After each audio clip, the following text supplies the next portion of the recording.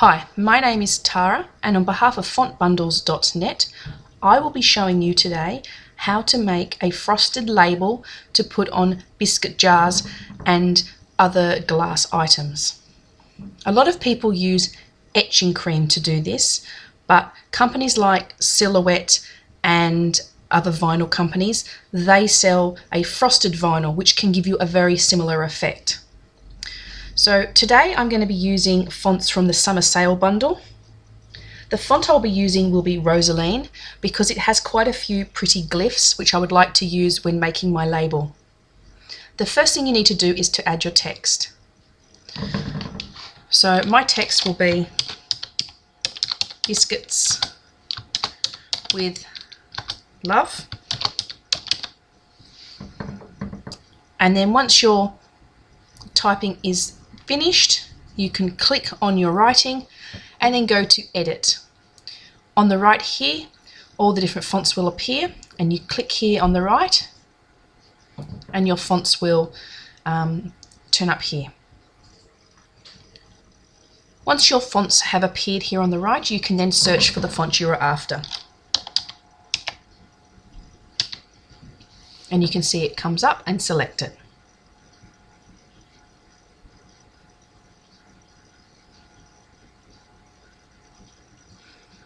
The next thing we would like to do is to add some glyphs to our font.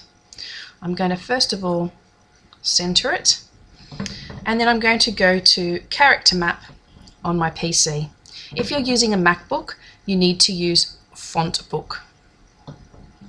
Okay, so Rosaline is now selected. We go to group by and select Unicode subrange, and then we scroll all the way down to the bottom to private use characters, and this will bring up our glyphs for this particular font. And as you can see, there are over 100 different glyphs.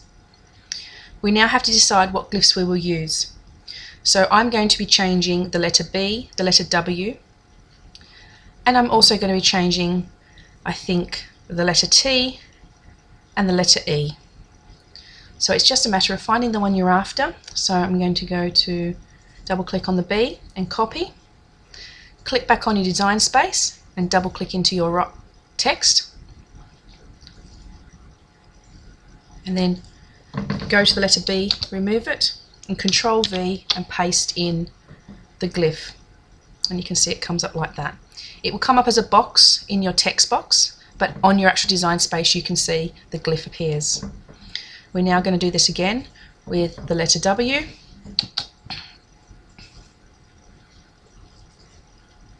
copy it,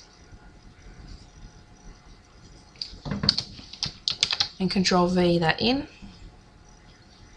and again with the letter L. We don't want the W, so we remove that, copy it, and put it in.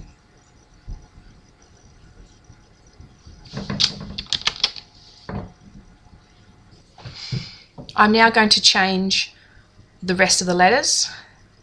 In my text box I'm actually going to put an S here because biscuit sounds better, and I'm going to change the character for that as well by finding the S, double clicking, copying, going back and popping that in there like that, and doing the same again with the letter E. So find the letter E that you'd like to use, copy it, go back in, remove the old one, and Control V the new one in. And there you have all of your glyphs into your design.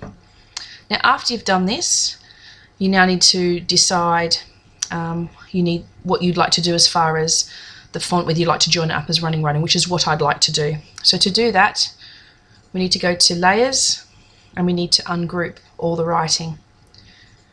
So we click on ungroup down the bottom, and now we can actually adjust these to all touch each other slightly, so that when we actually cut, it will cut as one solid unit. And it's a matter of just scrolling along and making them all touch just slightly, like so. And this takes a little bit of time to adjust them, but it is worth it in the end, because then you'll have the running writing effect. And I'm now going to do that with the rest of the letters. Once you've adjusted it so all of your letters touch, and as you can see the W, there's nowhere really for it to touch, so I'm going to leave that separate. You need to now weld them. So highlight the letters together, like so. You just make sure you grab all of them.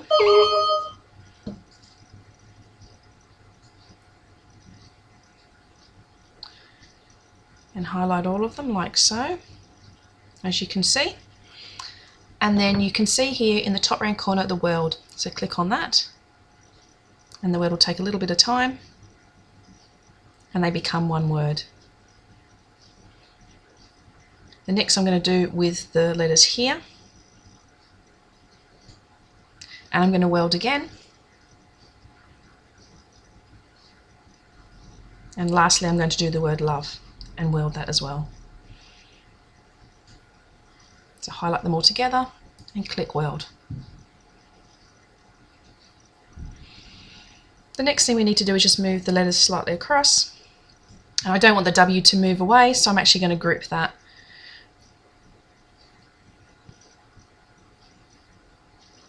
It's just a matter of selecting them all.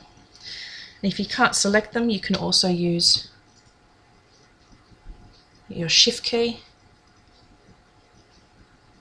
and that will select them too. Now I'm going to group that together down the bottom. So now that is one whole word. And just adjust them now to where you would like them to sit when you cut them, which I'm going to adjust like that. And then group them all together like so, and click on group. Once you've grouped them, highlight them all. Now we want them all to cut exactly as we have them sitting now, so now we need to make sure that we actually attach them. So by attaching it, when you go to the Cricut Go button, they will all stay together and cut as is, whereas if you don't attach them to your actual design space, they will cut to make the most economical way to use your vinyl, which we don't want. So click on attach, and they're all together. The last thing we need to do is to make the correct size. So we go to edit, and I've measured my glass jar, and I need approximately around about 4.5 to 5 inches in width. So I'm going to do that like so, and now I'm going to pop that up in the top left hand corner, ready to cut. Now if we go to the Cricut Go button, you'll see that obviously I've had font models written there from before, but you can see that Biscuits with Love comes in the top left hand corner, and that is where it will cut. So you can now put your piece of vinyl there and it will cut in exactly the right spot. I hope you've enjoyed this video. Please have a look at the rest of the blog post, because that will show you how to attach your frosted vinyl sheet to your label to your glass, and show you the finished effect. Thank you.